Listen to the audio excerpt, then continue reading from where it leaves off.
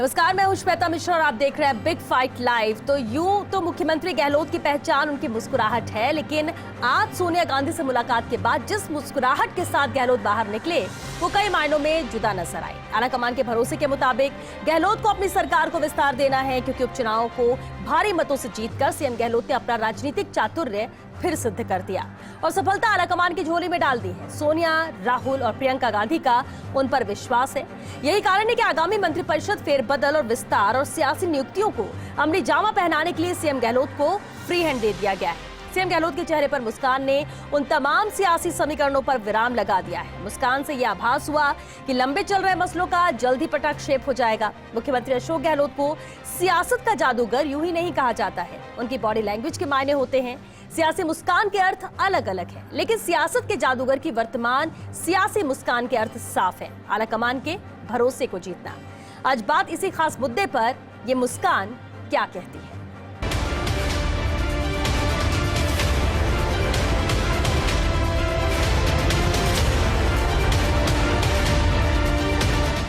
बढ़िया काम सरकार कर रही है, तो इसमें छेड़छाड़ की जरूरत नहीं लगती आपको। कोई विस्तार की जरूरत नहीं, इतना अच्छा काम कर रहे हैं आप, चुनाव भी जीत रहे हैं, तो जरूरत क्या है। नमस्कार।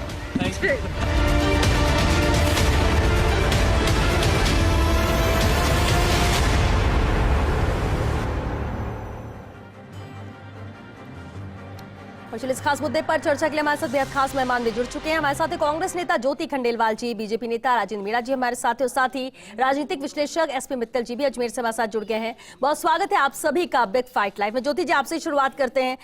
सवाल यही है कि आखिर ये मुस्कान क्या कहती है, आपके भी और मुख्यमंत्री अशोक गहलोत की भी।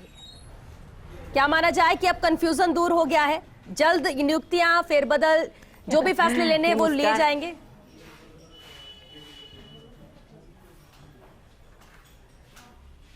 श्वेता जी, ये मुस्कान ही कहती है कि राजस्थान में कांग्रेस की सरकार बहुत ही अच्छा काम कर रही है, जिसके परिणाम स्वरूप लगातार हमको अच्छे परिणाम भी देखने को मिल रहे हैं। और हम जनता के इस फैसले से और जनता जैसा साथ दे रही है उससे इस बात को भी स्वीकार कर सकते हैं कि आगे आने वाले समय में जो राजस्थान में विधानसभा चुनाव होंगे उसमें कांग्रेस का परचम फिर फहरेगा। जहाँ तक आप मंत्रिमंडल की बात कर रहे हैं और राजनीतिक नियुक्तियों की बात कर रहे हैं, निश्चित रूप से जो माननीय मुख्यमंत्री जी ने कहा, सचिन पायलट जी भी कल मिले, मुख्यमंत्री जी भी मिले हमारे आलाकमान से, और दोनों ने अपना पक्ष रखा। और इस बात को हम सब, कांग्रेस का हर एक कार्यकर्ता, नेता, मुख्यमंत्री जो भी है, वो सब इस बात को स्वीकार करते हैं कि आलाकमान को अपनी बात से हम अवगत करा दें। जैसा सोनिया गांधी जी ने कहा भी था कि मुझसे तक कोई भी बात पहुंचाई जा सकती है, तो उससे अवगत करा दें, और उसके बाद आलाकमान जो निर्णय लेगा वो सबको मान्य होगा। तो निश्चित रूप से सबने अपनी बात उन तक कह दी है, और माननीय मुख्यमंत्री जी ने भी यही कहा है कि सबकी भावनाओं के अनुरूप, आलाकमान के निर्णय के अनुसार मंत्रिमंडल में फेरबदल भी और साथ ही साथ राजनीतिक नियुक्तियों का भी जो ये एक समय निकल रहा था, इसका निश्चित रूप से जल्दी पटाक्षेप होगा। बिल्कुल ठीक। राजेंद्र मीणा जी, अभी आपने भी सुना ज्योति जी ने क्या कहा। मुख्यमंत्री अशोक गहलोत की बॉडी लैंग्वेज बहुत कुछ पॉजिटिव संकेत यहाँ पर दे रही है। बीजेपी या केंद्र सरकार की खासतौर से बात करें तो उनको भी आड़े हाथों लिया, जिस तरह से दिल्ली में मीडिया से बातचीत करते हुए कहा। कह सकते हैं कि अगर सब कुछ जल्द ठीक हो गया और जल्दी नियुक्तियां फेरबदल हो गए तो एक जो अहम मुद्दा बीजेपी के पास था वो हाथ से निकल जाएगा। गतिरोध को लेकर, विवाद को लेकर, कांग्रेस के अंदर सब कुछ ठीक नहीं है, तमाम चीजें। आपको लगता है कि जिस तरह की बॉडी लैंग्वेज थी सीएम की, ऐसा फैसले जल्दी होने वाले हैं? श्वेता जी, हम तो जिस दिन से चुनाव हुए हैं जी, उसी दिन से हम देख रहे हैं कि लगातार ये 3 सालों से पब्लिक को बेवकूफ बना रहे हैं, और जनता भी सब समझ चुकी है। तो इनको जानती है भाई, ये पहले झूठ बोलकर किसानों के वायदे को लेकर के, ये किसानों के कर्जे माफ करेंगे, इसको लेकर सत्ता में आए, और ना तो 3500 रुपये बेरोजगारों को इनको देने थे, वो भी नहीं दिए, कर्जे भी माफ नहीं किए। और दूसरी बात मैं कहना चाह रहा, आज ये जो खुशोनी वाली बात कर रहे हैं, इनमें तो 1.5 साल से, 1.25 साल से देख रहे हैं, जिस तरह सचिन पायलट हो, गहलोत जी हो, जिस तरह इनमें मनमुटाव और ये सब किसको आम जनता से छिपा नहीं है। सबको पता है कि किस तरह की इनकी राजनीति है। इनके आए दिन समर्थक, सचिन पायलट समर्थक अलग बयान दे रहे हैं, गहलोत समर्थक अलग बयान दे रहे हैं। तो कोई बयानबाजी नहीं हो रही है राजेंद्र मीणा जी। और अभी जो उपचुनाव थे उसमें भी सब एकजुट जी, अभी इनको आश्वासन मिल रहा है कि हम मंत्री बन रहे हैं, वो बन रहे हैं। अरे ये लगातार जिस तरह पंचायत राज के चुनाव हुए, जिस क्या स्थिति कर दी पंचायत, जब एक टाइम में चुनाव हो जाने चाहिए थे पंचायत राज के, आज इन्होंने 4-4 चरणों, 4 जिलों के कभी, और 20 जिलों के कभी, और 2 जिलों के, और 3 जिलों के, जिस तरह टाइम बढ़ाने का, मंत्रिमंडल का विस्तार नहीं हो उसको बढ़ाने का काम इन्होंने किया है। गहलोत जी नहीं चाहते विस्तार, मंत्रिमंडल का विस्तार हो, और विस्तार होगा तो निश्चित उनको पता लग जाएगा कितना मनमुटाव है, कितने लोग छोड़ के जाएंगे, कितने निर्दलीय टूट के जाएंगे, कितने बसपा के टूट जो आए वो टूट के जाएंगे। इस बात को लेकर कि जब फैसला हो जाएगा, जब अनाउंसमेंट होगा, उसके बाद से चीजें सामने आएंगी। आप ये कहना चाह रहे हैं कि नाराजगी सामने आएगी? कौन किसके साथ? नाराजगी उसी दिन से लगातार बयानबाजी को लेकर इनकी लगातार दिख रही है। 1-1.5 साल से जो देख रहे हैं, जिस तरह एक गुट इनका जाकर के वहां गुड़गांव में बैठ गया और जिस तरह से बाद में एक हुए केस, जो भी आज भी संतुष्ट कोई नहीं है। ये मंत्रिमंडल विस्तार करके तो देखें, इनको पता लग जाएगा, सामने आ जाएगा कि क्या बात है। ठीक है, और भी गेस्ट, लेकिन ज्योति जी कुछ कहना चाह रही थी इस पर। ज्योति जी। बिल्कुल, मैं ये कहना चाहूंगी कि बीजेपी की तो देखिए हार की बहुत जबरदस्त बौखलाहट है। तीसरे और चौथे नंबर पे अभी बाय इलेक्शन में आई है और इनकी अंदरूनी फूट जो है वो साफ दिखाई दी है और उसका परिणाम भी इन्होंने अभी फेस किया है। तीसरे और चौथे नंबर पे आना बहुत, वो आपकी आपसी फूट है। हमको तो आपने जब भी देखा, हम जनता के बीच में गए, एकजुटता के साथ गए। आला कमान के सामने तो हर कार्यकर्ता की, हर नेता की एक भावना होती है कि वो अपनी अपनी बात रखे। ये अच्छी बात है कि कांग्रेस पार्टी में एक लोकतंत्र है जहां सब लोग अपनी बात रख सकते हैं, आला कमान तक पहुंचा सकते हैं। आपकी तरह हिटलर शाही तो चल नहीं रही हमारे यहाँ की एक व्यक्ति है, वही पार्टी है, वही सब कुछ करेगा, ऐसा तो हो नहीं रहा है। तो अच्छी बात है, सब लोग अपनी बात कह सकते हैं, लेकिन आप अपने मन मुटाव को संभालिए। हम तो जब जनता के बीच में जाते हैं एकजुटता के साथ जाते हैं। एसपी मित्तल जी का रुख करते, राजनीतिक विश्लेषक है एसपी मित्तल जी। ये मुस्कान क्या कहती है? सवाल यही है कि मुख्यमंत्री अशोक गहलोत दिल्ली में मिलते, कल भी बैठकों का दौर जारी रहा, सोनिया गांधी से मुलाकात हुई, इसके बाद भी इतने पॉजिटिव नोट में, मुस्कुराहट के साथ जिस तरह से मीडिया से मुखातिब हुए, क्या नजर आया आपको? आपका विश्लेषण क्या कहता है तमाम उन मुद्दों को लेकर भी जिसको लेकर चर्चा इस बैठक में और इस मुलाकात के दौरान हुई?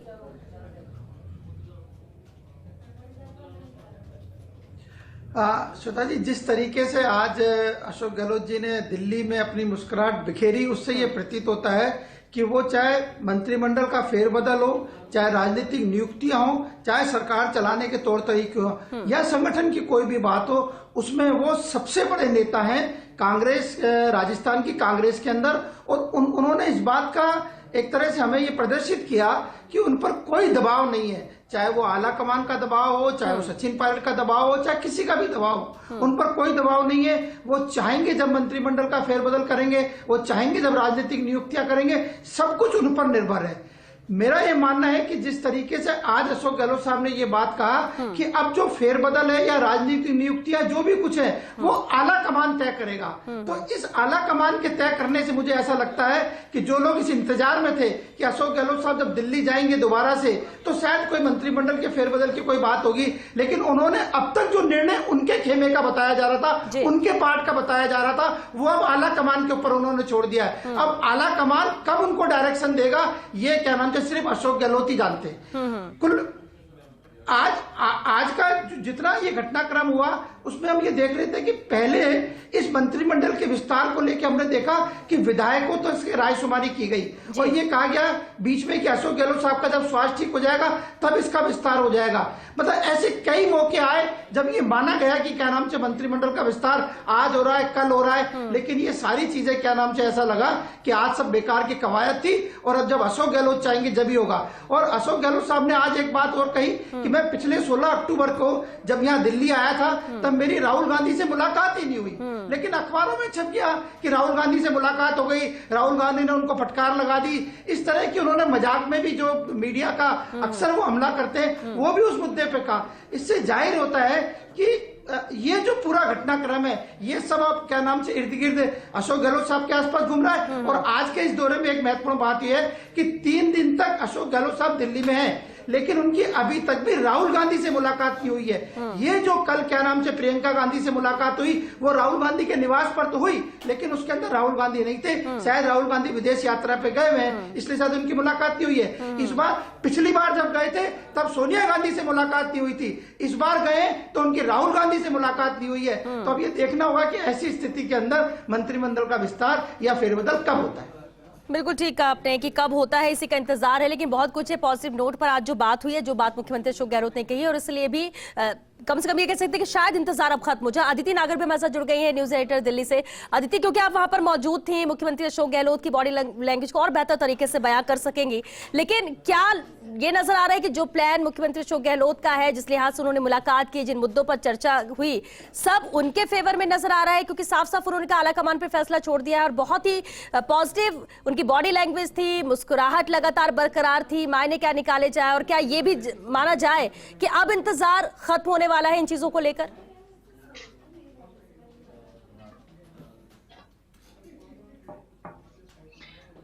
देखिए श्वेता, अगर हम बॉडी लैंग्वेज की और क्या आपने एक सवाल पूछा है कि क्या ये उनके फेवर में होगा या नहीं होगा। देखिए, सबसे बड़ी बात है कि बहुत लंबे समय से पूरी दिल्ली और दूसरा जो फैक्शन है वो ये कोशिश कर रहा था कि मंत्रिमंडल हो। अब चाहे कोविड इशू हो, चाहे मुख्यमंत्री अशोक गहलोत की तबीयत का इशू हो उसी समय रहा है जब खुद मुख्यमंत्री अशोक गहलोत चाहते थे। पहली बड़ी बात है कि मुख्यमंत्री अशोक गहलोत शुरुआत से, जब बहुत पहले केसी वेणुगोपाल और अजय माकन आए थे और मंत्रिमंडल की बात शुरू की थी तबीयत ठीक होते ही, तब भी अशोक गहलोत ने कहा था कि जो आलाकमान तय करे वो ठीक है। और आज भी मुख्यमंत्री अशोक गहलोत ने कहा कि मैं अपना पक्ष रख दिया है, अब आलाकमान तय करे। अब जो 3 दिन की जो पूरा लबोलुबाब है वो ये है, पहला, आलाकमान अब राजस्थान के मसले को सुलटाना चाहता है। दूसरी बात कि मंत्रिमंडल विस्तार अब जल्द ही होगा। तीसरी बात कि मुख्यमंत्री अशोक गहलोत के पक्ष में 2 बड़ी बातें हैं। पहला, विधायकों का समर्थन। दूसरा, हाल ही में हुए उपचुनाव के नतीजे। ये दोनों मुख्यमंत्री के पक्ष में है और सरकार के 3 साल पूरे होने के बावजूद भी एंटी इनकम्बेंसी नहीं दिखी ग्राउंड पे। और जो बीजेपी जैसी जो अपोजिशन है वो कहां पर नजर आई, एक जगह तीसरी, एक जगह चौथी। तो ये मुख्यमंत्री अशोक गहलोत की सरकार की ताकत बताती है। लेकिन इसके विपरीत, चाहे वो अजय माकन हो चाहे आला कमान हो, ये पूरी कवायद है कि दोनों फैक्शंस को इक्वली ट्रीट किया जाए। यानी कि कल सचिन पायलट सोनिया गांधी से सुबह 12 बजे मुलाकात कर रहे हैं। सोनिया गांधी से वो उस समय के बाद मुलाकात कर रहे हैं जब वो मानेसर या पॉलिटिकल क्राइसिस हुआ उसके बाद। तो सचिन पायलट के लिए बड़ा दिन है। और सचिन पायलट के लिए बड़ा दिन इसलिए भी है क्योंकि बहुत लंबे समय से पायलट फैक्शन ये सोच रहा था कि हम कहाँ हैं, हम किधर खड़े हैं, हम कौन हैं। कल सचिन पायलट का भविष्य तय होगा, सचिन पायलट के भविष्य का रोल तय होगा। और सूत्र यही बता रहे हैं कि उनको फिलहाल राजस्थान में उनके लोगों को तो जगह मिल रही है, लेकिन वो अभी दिल्ली में रहकर आलाकमान के साथ किसी न किसी काम में हाथ बटाएंगे जो कल तय होगा। तो अजय माकन पूरी कोशिश कर रहे हैं कि दोनों पक्षों को बैलेंस आउट किया जाए। और यही वजह है कि सचिन पायलट से लगातार ये चर्चा हो रही है कि आपके जो विधायक हैं जिनको आप मंत्री मंडल में शामिल करना चाहते हैं उनको क्या मंत्रालय दिया जाए, और पॉलिटिकल राजनीतिक नियुक्तियों में भी, बोर्ड कॉर्पोरेशन में भी आपके कौन से लोगों को क्या जगह दी जाए। तो लगातार उनको भी बराबर का दर्जा देने की कोशिश की जा रही है। लेकिन क्योंकि मुख्यमंत्री अशोक गहलोत की बॉडी लैंग्वेज और जो पिछले दिनों 2 दिन से हुए होमवर्क और जो पिछले लगभग साल भर से होमवर्क चल रहा है मंत्रिमंडल को लेकर, उससे यही नजर आ रहा है कि जो मुख्यमंत्री अशोक गहलोत चाह रहे हैं वैसा ही लगभग हो रहा है। लेकिन सूत्र एक बात और बताते हैं कि जब इस तरह के 2 फैक्शंस होते हैं तो उस समय जो भी डिसीजन लेता है आलाकमान, एक ना एक फैक्शन संतुष्ट नहीं होता। और यहाँ पे भी कहीं ना कहीं असंतुष्टि किसी न किसी फैक्शन में नजर आएगी। चिंता की बात कांग्रेस और कांग्रेस के आलाकमान के लिए ये है कि वो असंतुष्टि क्या रूप लेकर आती है। बिल्कुल बिल्कुल आदित्य, और ये क्या है बात है आपने कि असंतुष्ट तो होगा ही कोई ना कोई, जिसके फेवर में नहीं होगा वो असंतुष्ट होगा। और उस वक्त में, उस मोमेंट में क्या स्टेप उठाए जाते हैं ये भी बेहद अहम होगा। उन चीजों को, उन स्थिति को कंट्रोल करना भी अहम होगा। और अभी राजेंद्र मीणा जी यही बात कह रहे थे। ज्योति जी, अभी आपने सुना राजेंद्र मीणा जी ने यही बात कही कि अभी होने तो दीजिए, जैसे ही राजनीतिक नियुक्ति, मंत्रिमंडल फेरबदल होगा, फिर नाराजगी और फिर असंतुष्ट सामने आएंगे, फिर से लोग टूटेंगे, फिर से पहले जैसे स्थिति होगी। क्या आज की मौजूदा स्थिति में जब सब कुछ एक साथ होने की बात कही जा रही है, एक साथ लोग नजर आ रहे हैं, अंदरूनी तौर पर क्या हो वो कोई नहीं कह सकता, तो क्या फिर से वैसी स्थिति में कांग्रेस प्रदेश में पहुंच जाएगी, या आपको लगता है जो भी फैसले लिए जाएंगे एक्सेप्टेंस सबकी रहेगी? बिल्कुल नहीं श्वेता जी, आप बिल्कुल निश्चिंत रहे, और खास तौर से बिल्कुल नहीं श्वेता जी, बिल्कुल निश्चिंत रहे, और खास तौर से मीना जी और उनकी पार्टी बिल्कुल निश्चिंत रहे। कांग्रेस पार्टी में सबकी सहमति से, सबकी भावनाओं को जान करके आलाकमान द्वारा निर्णय किया जाएगा। माननीय सोनिया गांधी जी अध्यक्ष है, जिन्होंने दोनों की बात को सुना है, राजस्थान के पक्ष को पूरी तरीके से वो जानती हैं, पहचानती हैं, और सबकी भावनाओं के अनुरूप ही जो है वो निर्णय लिए जाएंगे। तो ऐसा कोई बात ही नहीं है कि असंतुष्ट वाली कोई बात आएगी, बल्कि आपको आगे के चुनावों में, जो राजस्थान में जो चुनाव होने वाले हैं, उनमें कांग्रेस पार्टी और ज्यादा मजबूत और ज्यादा एकजुटता के साथ चुनाव लड़ती हुई दिखाई देगी। और इसी बात का परिणाम होगा कि राजस्थान में कांग्रेस की सरकार जो है वो वापस से सरकार बनाएगी। और जो एक मिथ जो बार बार चला आ रहा था कि एक बार कांग्रेस एक बार बीजेपी, तो इस बार बीजेपी को फिर हार का सामना करना पड़ेगा। बीजेपी जो सोच के बैठ रहे, ऐसा कुछ हो ना, कांग्रेस एकजुटता का परिचय दे इस फैसले के बाद भी। एक बात और कहना, जैसा कि ज्योति जी कह भी रही है 1 मिनट में, कि एंटी इनकम्बेंसी नहीं, यहाँ पर जनता का एप्रिसिएशन कांग्रेस के साथ है। जनता कांग्रेस के कामों को सराह रही है, एंटी इनकम्बेंसी तो बहुत दूर की बात है। ये जो कॉन्फिडेंस ज्योति जी का ये उपचुनाव के परिणामों के बाद है कि एक्सेप्टेंस है जनता के बीच में, ये उपचुनाव कैसे बदलेगी इन सब चीजों को? श्वेता जी, 2 उपचुनाव इन्होंने जीत ली, ये पूरा राजस्थान जीत लिया। अभी पंचायतों के चुनाव हुए, 29 जिलों में चुनाव हुए, 17 जगह हमारे जिला प्रमुख है, कांग्रेस वैसी आय कर रही है। अब मेरे को पंजाब का देखो ना, अमरिंदर सिंह जी इनके मुख्यमंत्री थे, इन्होंने अब कैसे नाराजगी जाहिर हो गई, जैसे इन्होंने किया वो बाहर हो गए, उन्होंने नया दल बना लिया। हमें इसकी कोई चिंता नहीं है, प्रदेश की बात कर रहे हैं, पता चल जाएगा कांग्रेस को, राजस्थान की बात कर रहे हैं, पता चल जाएगा कांग्रेस को कि जनता उनके साथ नहीं है। अब उपचुनाव के रिजल्ट बता रहे हैं कि जनता बीजेपी के साथ नहीं है। डीजल पे हमारे केंद्र सरकार ने 10 रुपए और 5 रुपए जो कम किए, आज इससे लेकर आपने सुना होगा ना सीएम ने क्या कहा, आपने सुना ना सीएम ने क्या कहा, इस पर भी तो उन्होंने बहुत देर तक बात रखी मीडिया के साथ। प्रेशर रिलीज कर रहे हैं, 35 रुपए 40 रुपए बढ़ा करके 10 रुपए कम करते हो, उसका एहसान जताते हो जनता पे। सारे राज्यों ने जब वैट कम कर दिया अपने अपने राज्यों में, ये क्यों नहीं करना चाहते? 35 रुपए 40 रुपए तक आपने पेट्रोल डीजल की दरें बढ़ाई और लगातार बढ़ा रहे हो, रोज बढ़ती है, रोज ही लगातार बढ़ती है। 10 रुपए कम देकर के आप छीटे देना चाहते हो कि भाई जनता को गुमराह करना चाहते हो। बीजेपी आंदोलन करेगी इस पे निश्चित। और क्या बिजली की दरें नहीं बढ़ाई इन्होंने? कहा किसानों कर्जे माफ किए क्या? कितने सिर्फ राजस्थान में बीजेपी क्या सिर्फ राजस्थान में आंदोलन करेगी? बीजेपी क्या सिर्फ राजस्थान में आंदोलन करेगी या और भी राज्य हैं नजर में बीजेपी? और राज्यों में सब में लगभग पंजाब में भी कर दिया, इनकी कांग्रेस की सरकार है, उन्होंने वैट कम कर दिया, आज डीजल पेट्रोल की रेटें कम हो गई। राजस्थान में क्यों नहीं कर रहे? और सभी राज्यों में हो गए, तो ये क्यों नहीं करना चाहते? ठीक है, ये वैसे ऐसी बनना चाहते हैं जनता के। इसी मुद्दे पर सीएम ने कहा, इसी मुद्दे पर सीएम ने कहा कि दबाव बनाया जा रहा है राज्यों पर। वो कैलकुलेशन में उन्होंने बताया कि क्या गणित बैठता है कि जब ऑटोमेटिक ही कम होता है वैट भी, जब केंद्र कम करता है, फिर अलग से दबाव क्यों बनाया जा रहा है? क्या वाकई में बीजेपी अब इसे मुद्दा बनाकर, जिस तरह से कहना भी है राजेंद्र जी का कि आंदोलन करेगी राजस्थान में, क्योंकि राजस्थान में ही ऐसा नहीं हो रहा है, और यह आपको लगता है कि इस पर भी फैसला राजस्थान सरकार ले सकती है?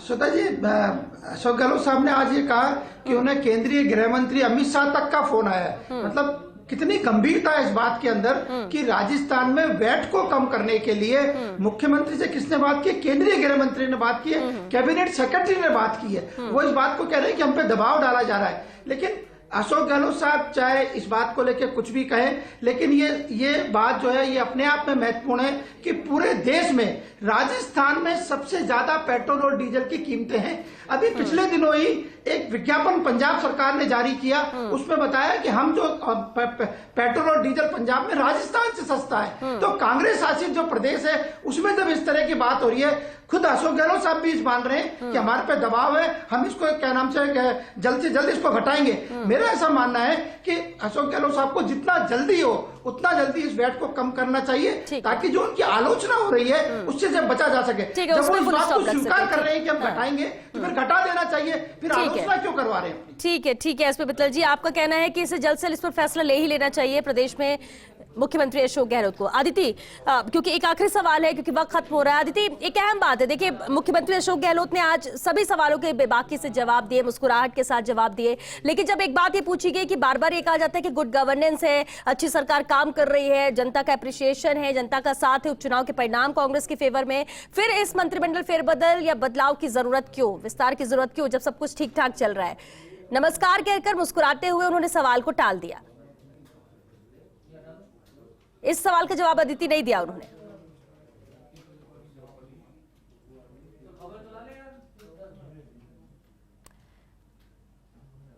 आदित्य, आप तक आवाज आ रही है?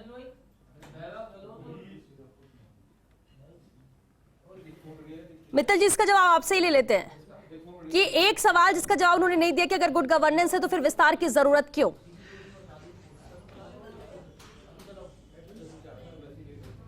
श्वेता जी, जो उन्होंने अपने चेहरे पे मुस्कुराहट बिखेरी और जिस तरीके से हाथ जोड़ के उन्होंने नमस्कार किया, उससे एक तरह से इसका जवाब ही है कि वाकई जरूरत नहीं है। अशोक गहलोत साहब तो बहुत टाइम से कह रहे हैं कि मेरी सरकार बहुत अच्छे से चल रही है, किसी को कोई परेशानी नहीं है। और जो मंत्री अभी तक इसमें 10-12 मंत्रियों की जो बता रहे हैं कि इसमें गुंजाइश है, मैं आपको बताना चाहता हूं कि इस समय मुख्यमंत्री के पास में 38 सरकारी विभागों का कामकाज है। तो एक मुख्यमंत्री जब 38 सरकारी विभागों का कामकाज बहुत आसानी से कर सकते हैं, तो वाकई अशोक गहलोत साहब बिल्कुल सही कह रहे हैं कि मंत्रिमंडल विस्तार की या फेरबदल की जरूरत नहीं। एसपी मित्तल जी, जरूरत भले ना हो, लेकिन वो लोग तो इंतजार कर रहे हैं जिनके इंतजार के 3 साल पूरे हो चुके कि मौका मिलेगा, जिम्मेदारियां मिलेंगी, हम भी इस कतार में हैं कि हमें भी मंत्रिमंडल में शामिल किया जा सके। तो शायद उनका इंतजार और लंबा हो सकता है, और उनके लिए भी बिल्कुल कह सकते हैं कि चांदी होगी जिनके नाम शामिल किए जाएंगे मंत्रिमंडल में, और इंतजार इसी बात को लेकर है। बहरहाल, बहुत शुक्रिया आप सभी का इस चर्चा में शामिल होने के लिए।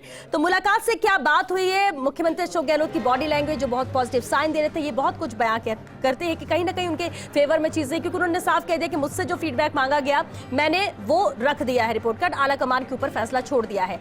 जिस तरह से मीटिंग्स हो रही हैं, सचिन पायलट भी मुलाकात करेंगे सोनिया गांधी से, तो ये तय माना जा रहा है कि अब लंबा इंतजार नहीं होगा, जल्द से जल्द इस पर फैसला होगा, जल्द से जल्द वो नाम सामने आ जाएगा जिसका इंतजार है। लेकिन सबसे बड़ा जो चैलेंजिंग कह सकते हैं चुनौती ये रहेगी कि क्या जो भी फैसला लिया था वो उसकी एक्सेप्टेंस सबके रहेगी, क्या सभी उससे एग्री करते हैं, कहीं नाराजगी तो नहीं, कहीं कोई फिर से गतिरोध तो नहीं होता है। इस पर फुल स्टॉप लगाना भी ज्यादा जरूरी हो जाएगा। बहरहाल इंतजार करते हैं कि आखिर और कितने दिन जब ये फैसला लिया जाएगा। चलिए, इसी के साथ बिग फाइट लाइव में फिलहाल के लिए इतना ही। नमस्कार।